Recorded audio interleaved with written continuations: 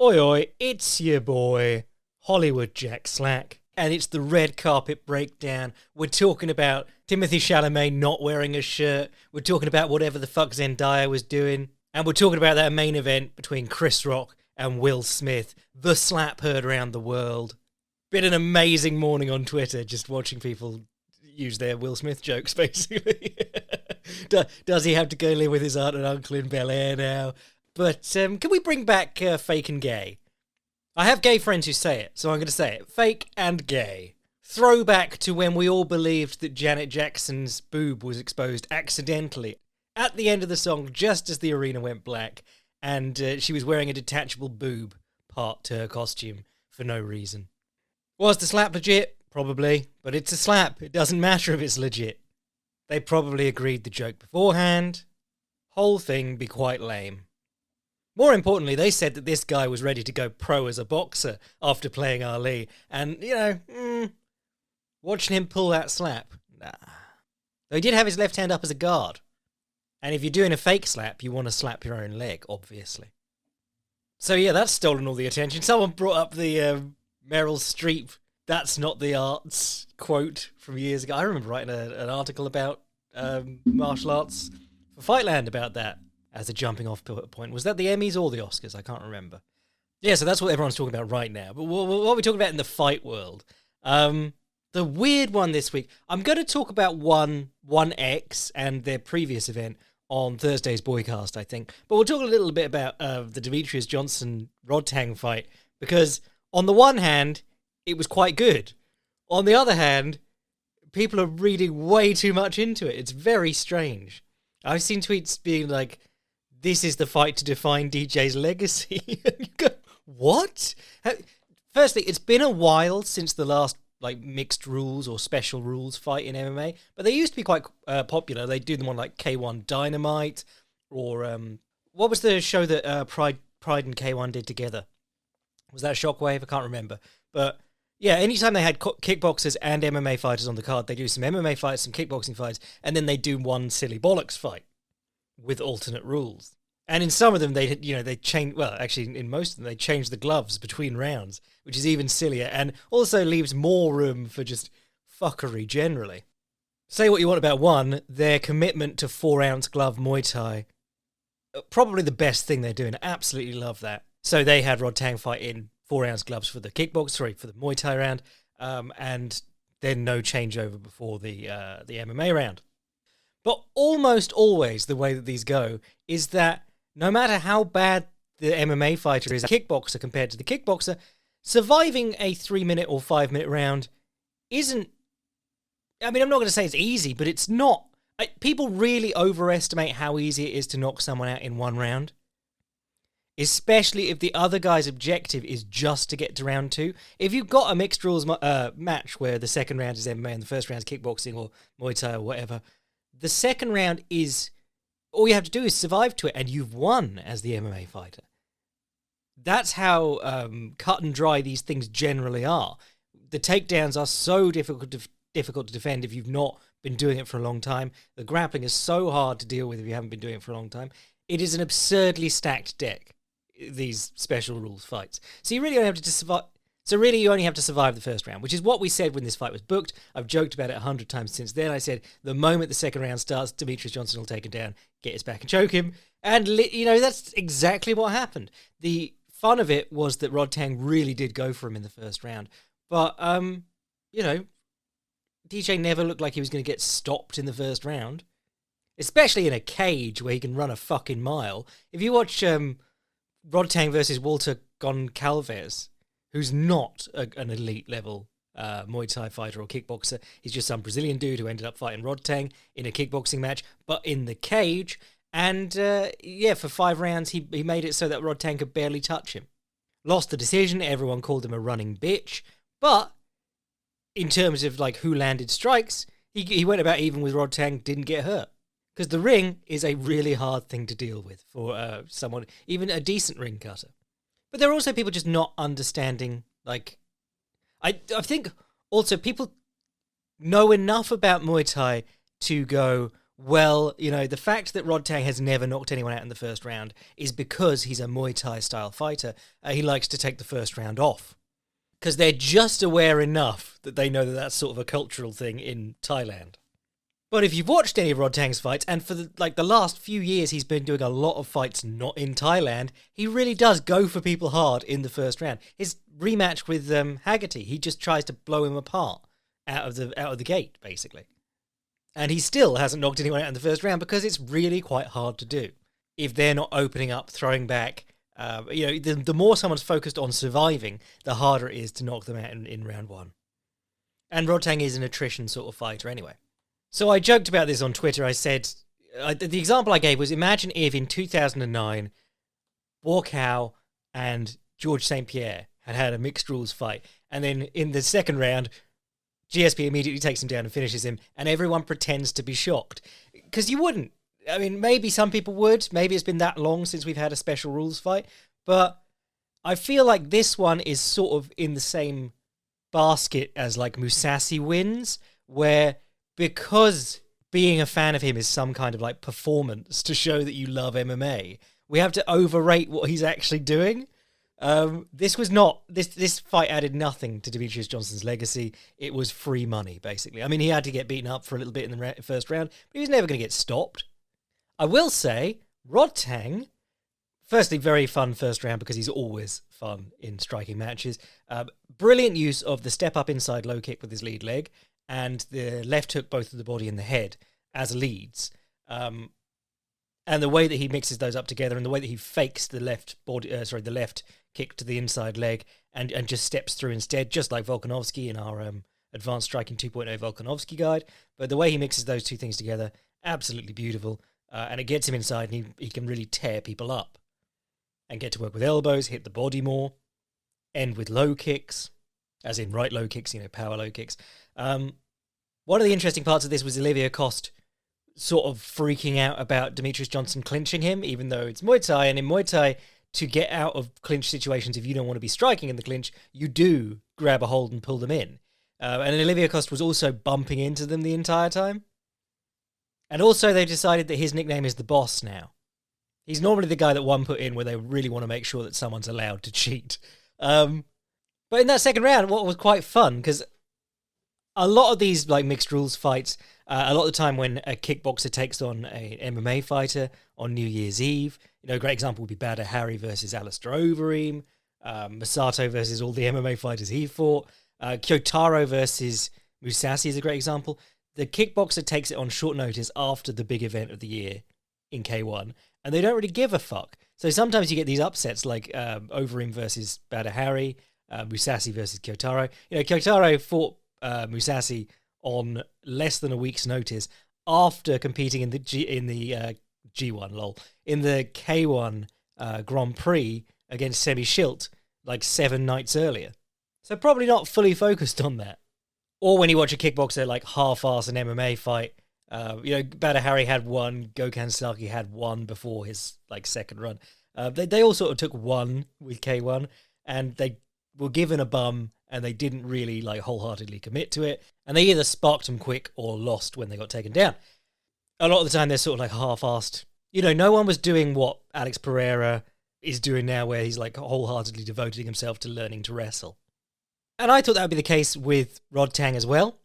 But what I did really like was that for the second round, Rodtang came out southpaw and standing long and bladed, which is one of the low-key, I was going to say, life hacks. It's a kickboxer's life hack for MMA because you put a little bit more distance between you and the opponent.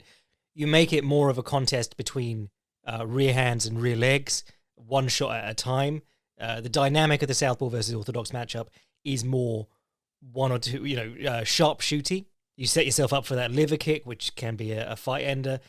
And you make it a little bit harder for them to drop on a double leg under your punches because you're a little bit further out. You can fight their lead hand, but they're more suited to dropping on your lead leg, which gives you a little bit more leeway to hop around on one leg, keep your balance, try and get your leg free. They're not just going to run through you and double leg you or go straight to your back. And there's been a few guys have demonstrated this, but I mean, Anderson Silva and Lyoto Machida and various other right-handed southpaws demonstrated this in MMA back in the day.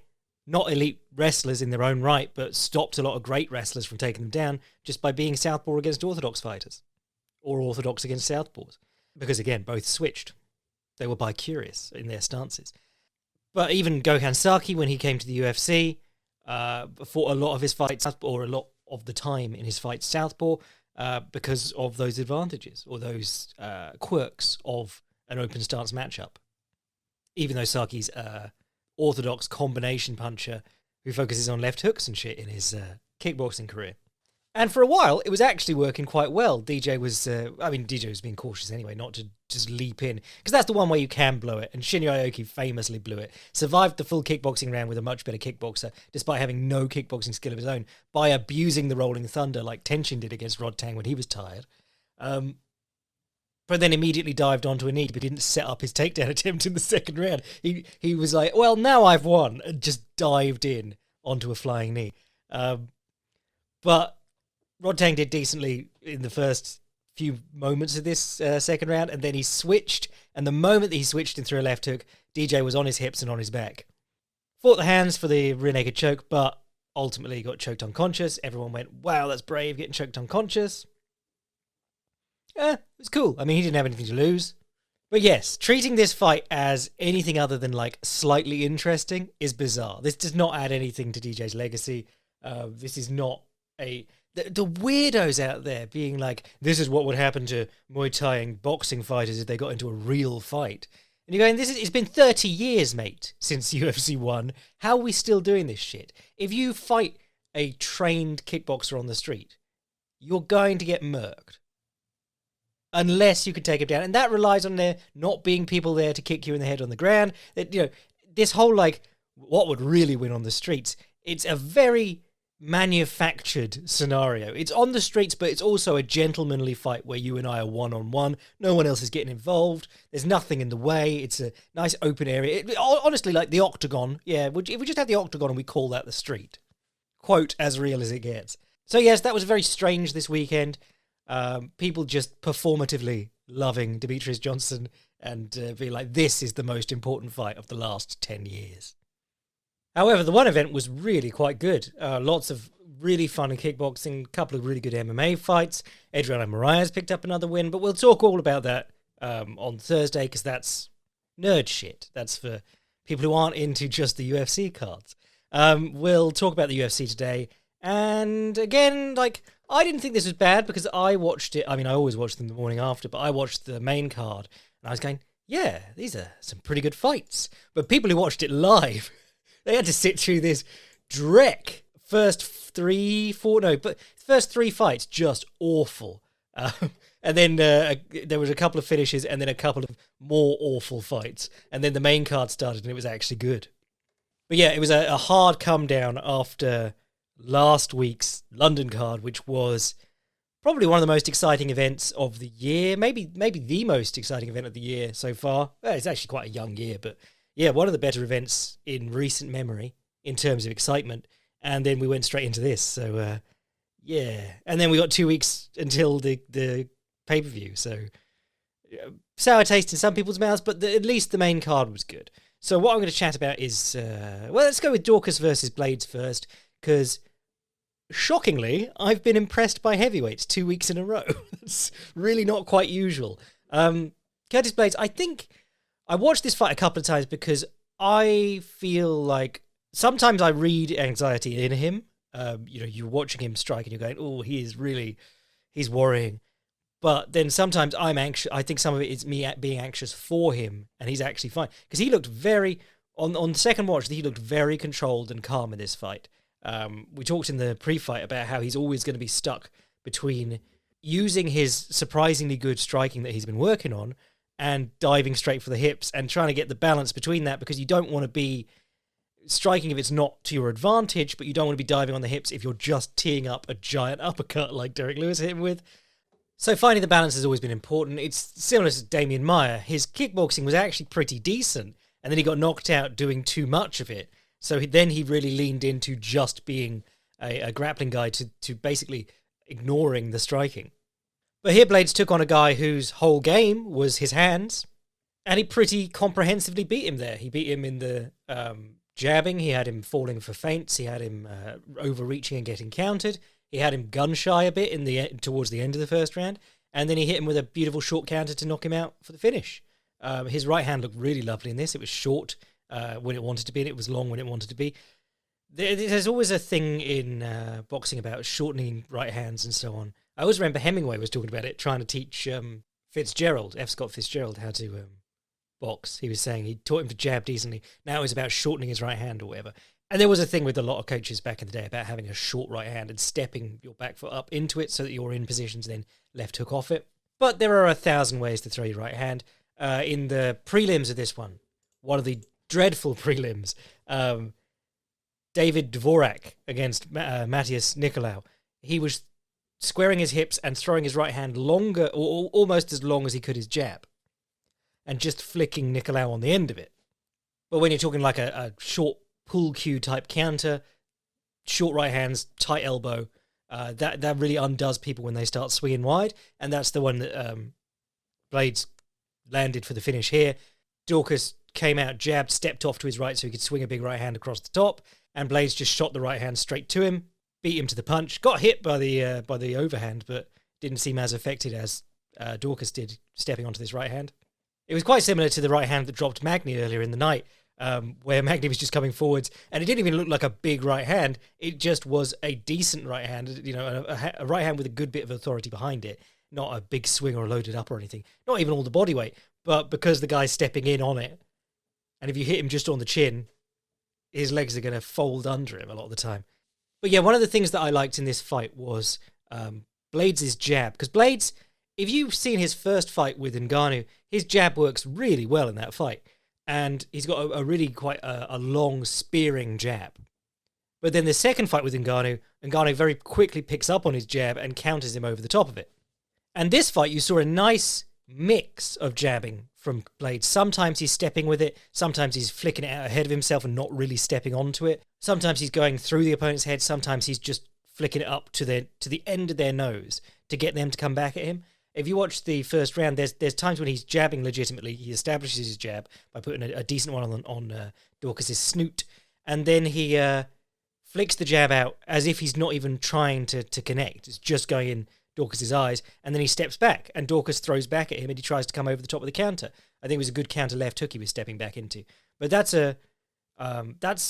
how to use an educated jab. Sometimes you're poking, sometimes you're just needling them so that they come back. Sometimes you're setting a trap. You're going, I'm going to jab you every time. You can't really see it coming, so you might as well just throw back when you think it's coming, and then you fake the jab, or you throw, like you just show your shoulder, or you step in or something like that, and you bounce back, and they're swinging at what they think is a jab as a counter, and they're actually just leaning forwards and opening themselves up for your counter, leading to get on the counter or feinting to get onto the counter.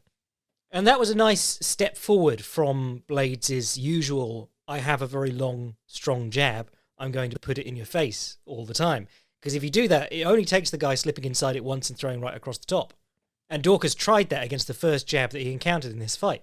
And I think that's the one that Ngannou caught him with as well. But if the jab is sometimes there and sometimes not, and sometimes it's real and sometimes it's not, and sometimes it's a big stiff one, and other times it's just a flick in the eye, that makes it very hard to pick up on counters like that.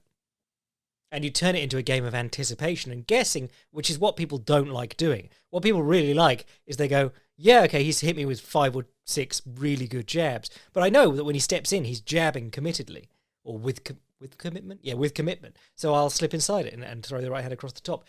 Giving elite guys established patterns, even if you're winning the first round, can be disastrous come second round, third round.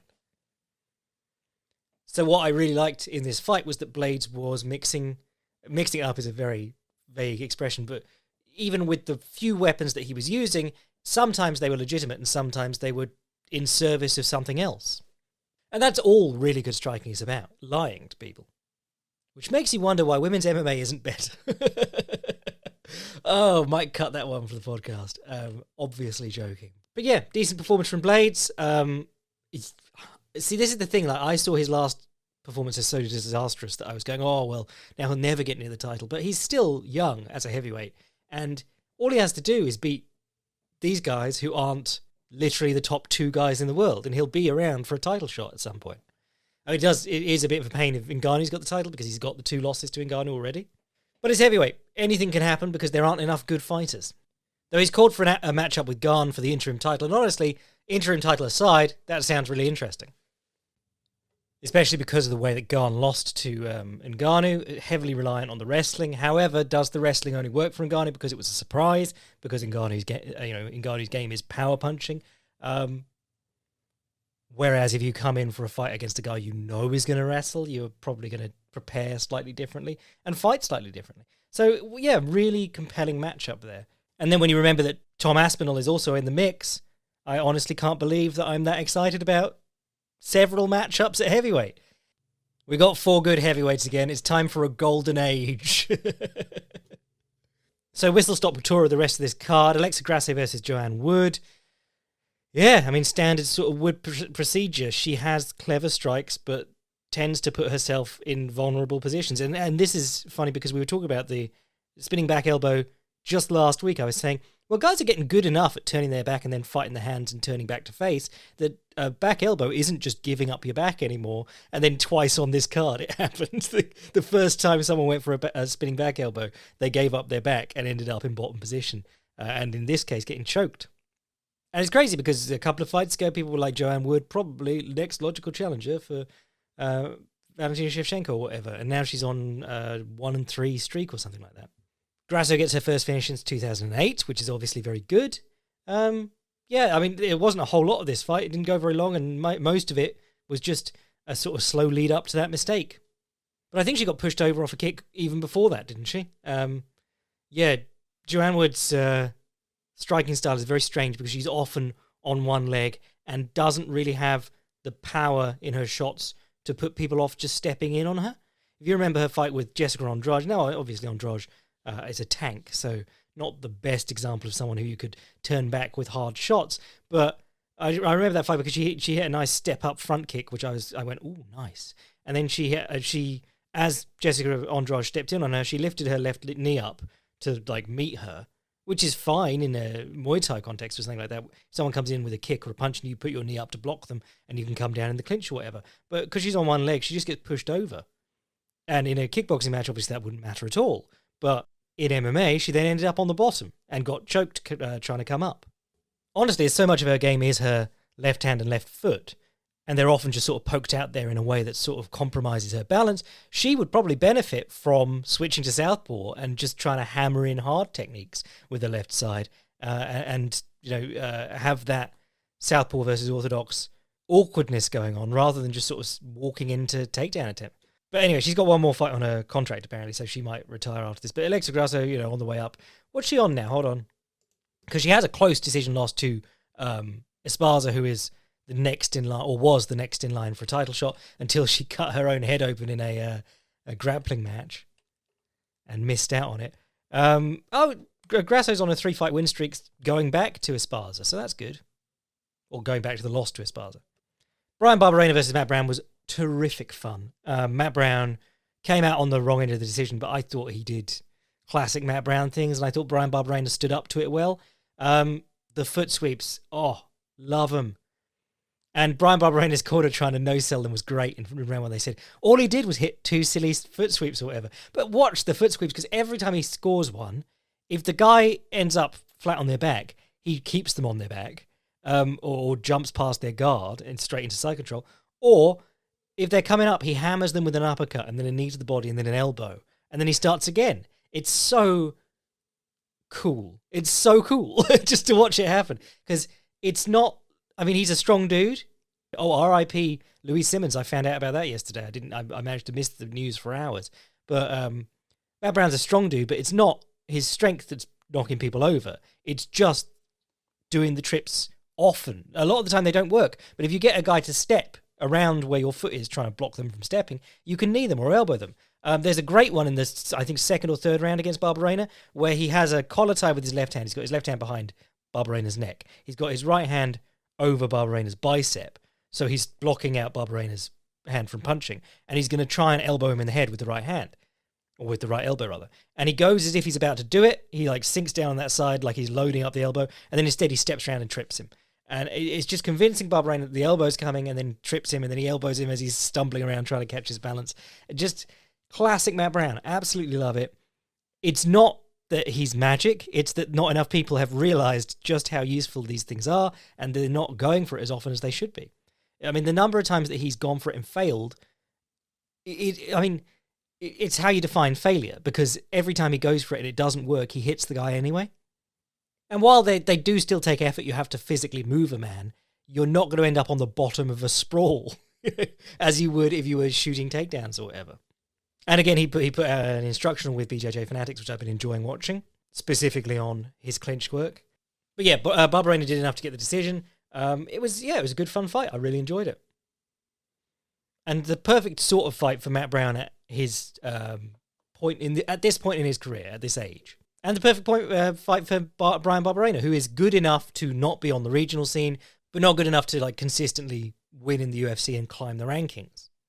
And my favourite fight of the night was Kai Kara-France versus Askar Askarov. We talked about this in the pre-fight, saying this is probably the one with the biggest stakes to it. I suppose, every heavyweight fight has stakes to it because you're one fight away from a title shot at any point. But Kara-France versus Askarov, two guys on good streaks. Askarov actually undefeated. His sole blemish on his record is a draw against Brandon Moreno, who was until very recently the champion.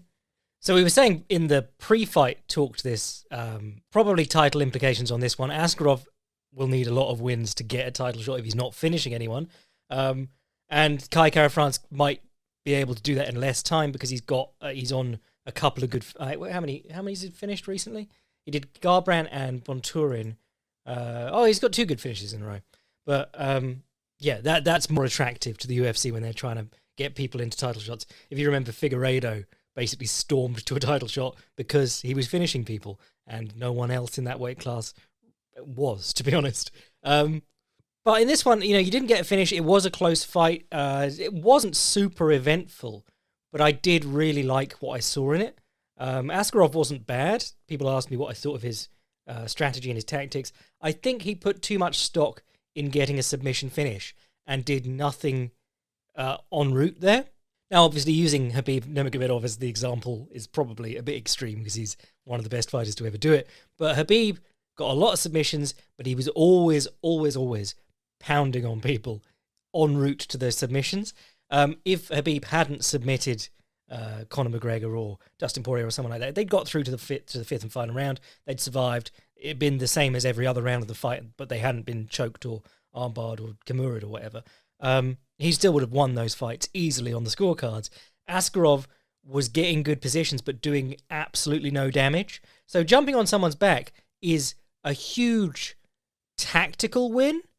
If you're on someone's back, you're like, well, fucking hell, I get to go to work here now, and he is almost entirely in a defensive position. But if you're not scoring punches, if you're not getting them belly down and hammering them from basically, mounted on their back, you're not really achieving anything. And nowadays, under the new rules with the re-examined judging, damage counts for more. Doing things. Takedowns and position don't mean anything if you aren't progressing towards the finish of the fight.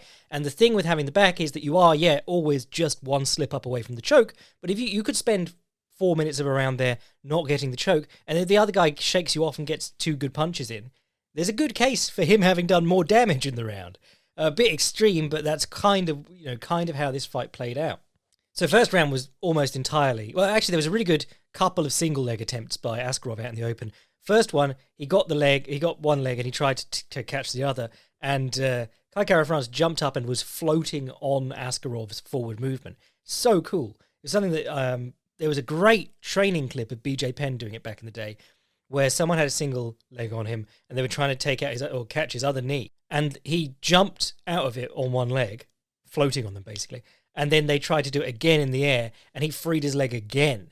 And it's just one of the most insane clips you'll ever see. That guy was absurdly talented. In fact, I'm going to bring it up twice in the context of this fight. But it's just really cool. Kara-France floated his leg out of it, fought off the single. But then the next single that Askarov attempted, he got the leg as high as possible. And we talked about it previously, but it's a great way to increase your chances of getting someone to the mat. Get their leg as high as possible because even if they can do a full front split, they're not going to be good at hopping backwards in a front split. Almost no one is. Jeff Jordan, the famous coach of Graham Valley, or Graham Valley as we call it in the UK, he always says if you can get the leg high, your chances of getting this guy off his feet just went up about 80%. So that's how he got the second takedown, or the finish on the second takedown attempt. But then he got the back. Kara-France fought the hands, got to his feet, propped himself up against the fence, and spent the rest of the round fighting with Askarov on his back. Second round, there was a lot more out in the open. And what Askarov is one of those guys who's regarded as good on the feet and on the ground. He's good grappling and good striking, but he really does pick and choose his striking. And what you saw here was Kai Kara-France pick up on the fact that Askarov's answer to being attacked is to back up. And that's very common in MMA, because if you've got some distance already and the guy's coming in, if you step back, he'll fall short or he won't want to chase as far.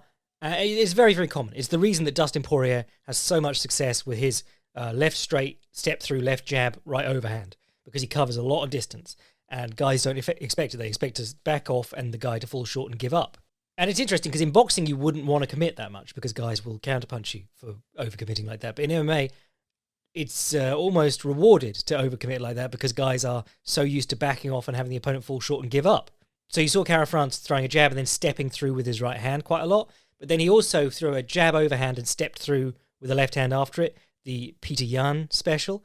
And he was catching Askarov on the end almost every time he threw it because Askarov was just backing up. And then through the second and third round, he was able to play that. So sometimes he showed a lot of feints so that Askarov would be reluctant to step back if there wasn't anything coming. And then he'd throw like a left hook and catch him standing still. And then having caught him standing still, he'd know that Askarov was going to back off the next time. So then he'd throw two punches and shift through on the left hand. So he kept catching him just as he was right on the end of his reach by really running through and, I suppose, overcommitting. The shift is generally... in the strictest sense, an overcommitment because you are changing stances, you are committing your weight wholeheartedly. But then in this fight, you saw a really good mix from Kara-France of trying to keep the fight out in the open and defend takedowns there, but also going to the fence to defend takedowns if that was advantageous to him. So if the guy's got a good single leg on you, hop into the fence to defend it might be a really good idea. If the guy starts attacking you on the fence and has a body lock, you probably want to force him down to a single and try and hop off the fence. You know, it's a real... picking your poison and really trying to work out what's best for you situation. There was a great moment where Kara-France shook off a single against the fence and turned Askarov back onto the fence, and then he threw a right uppercut, which we always talk about using the uppercut to stand people up. You don't need to hit them with the uppercut. The uppercut will hit them if they're bending over, but if they're standing up, got a very low chance of hitting them with the uppercut.